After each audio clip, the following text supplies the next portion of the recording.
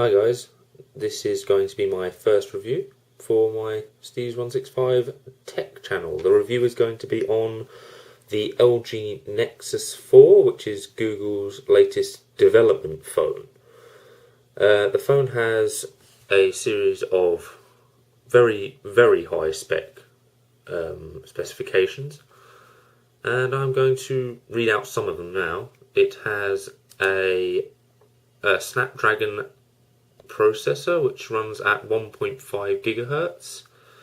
It has 2 gigabytes of RAM, 8 or 16 gigabytes of storage, a 768 by 1280 pixel screen, which is 4.7 inches, as well as multi-touch and kerning Gorilla Glass screen, which makes it very scratch resistant. It also has an 8 megapixel rear-facing camera and a 1.3 megapixel forward-facing camera.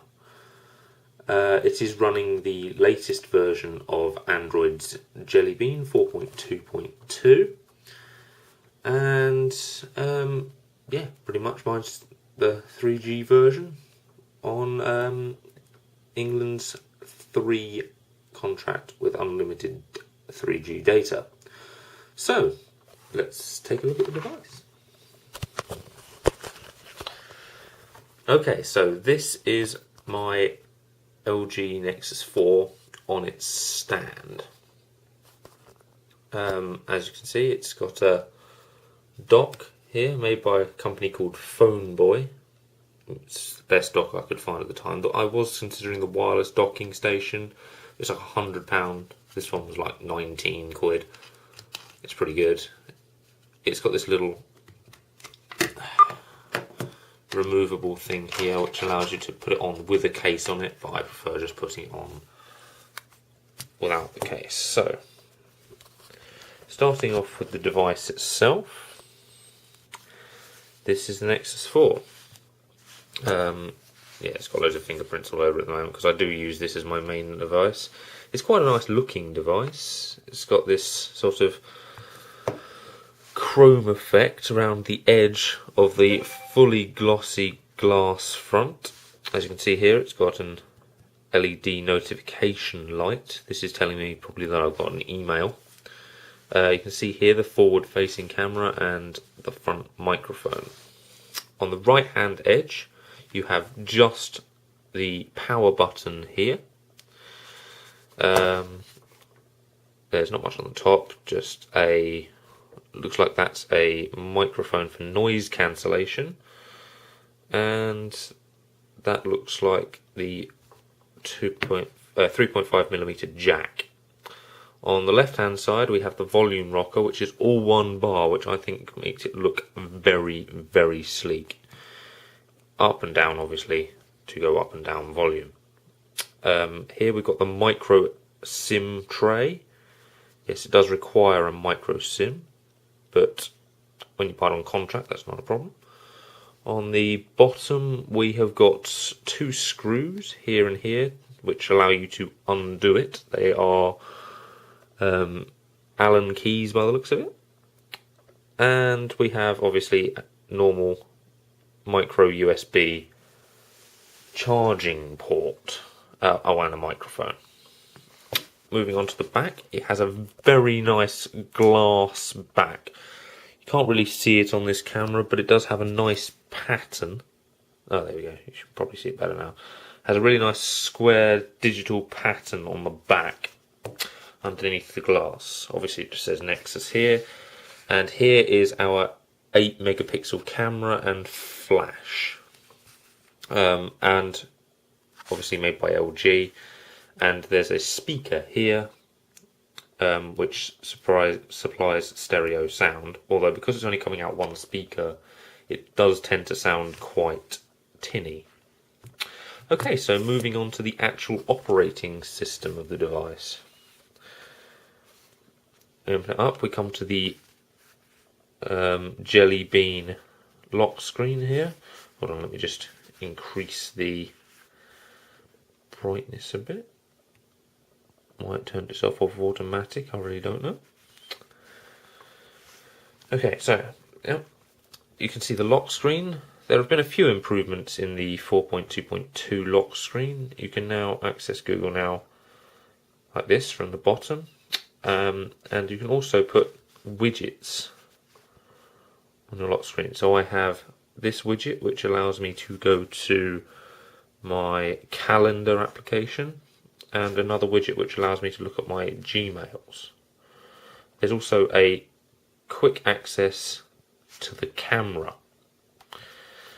Okay, so coming out of the lock screen, this is what greets you on the main screen. Now I have a number of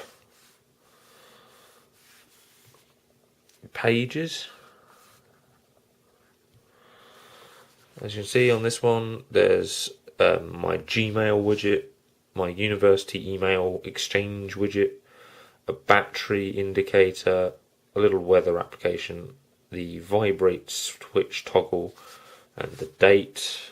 Here is the typo clock widget in the center. I've got a utilities thing down there and a games thing on that side. I've got the permanent search bar activated.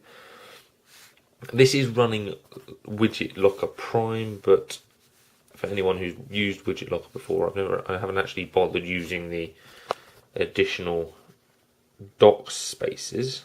Down here it's got my internet applications folder, which has got Chrome, Friendcaster, G+, Tumblr, Twitter, Gmail, and mail applications, Play Store, Skype, Pulse, Dropbox, YouTube, Currents, Daml, Amazon application, Nationwide, and BBC News. And in the corner you can see the time, obviously, as well as the battery indicator, which you can't really see on this because it won't focus properly, and the signal indicator. Mine's not connected to the Wi-Fi at the moment because it wasn't actually working yesterday, so it's just connected. This next page we have a weather indicator application,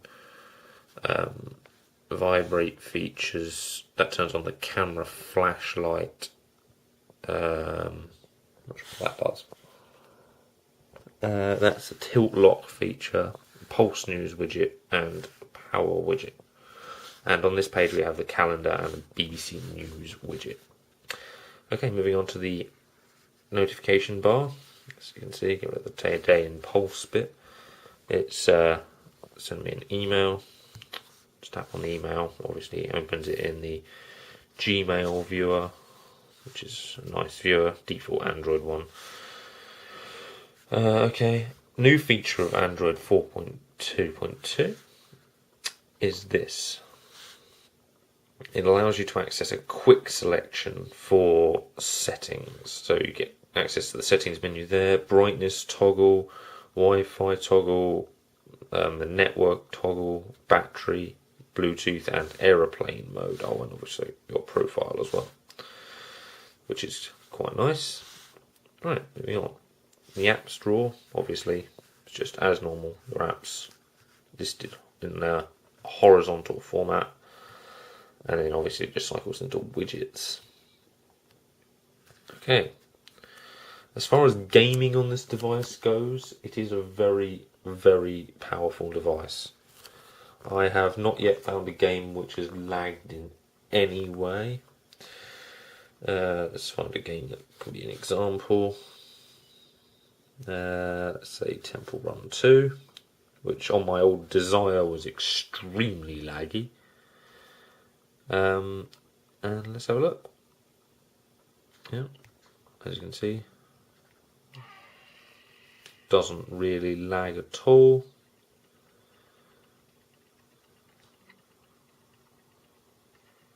It's very responsive.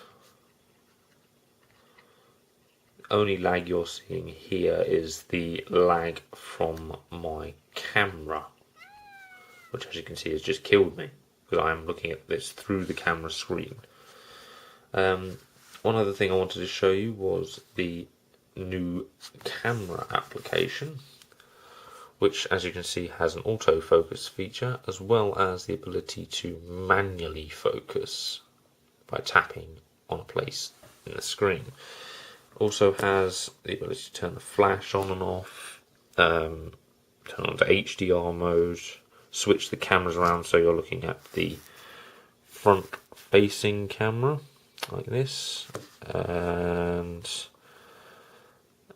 some other brightness things and that sort of stuff. One of my favourite features actually is this globe feature, which allows you to take a globe of images like this, and then that allows you to just take lots of images in sequence, etc. Yeah, so that's a pretty cool feature. It does obviously have a normal panoramic feature and video recording, which is 1080p, and obviously normal photography feature. Yeah, pretty much that's it for this review. Yeah, so tune in for my next review, which I'm not sure what it's going to be yet, probably of my mouse. But yeah, I hope you enjoyed this review. Like, share, and participate if you do. Thank you, and goodbye.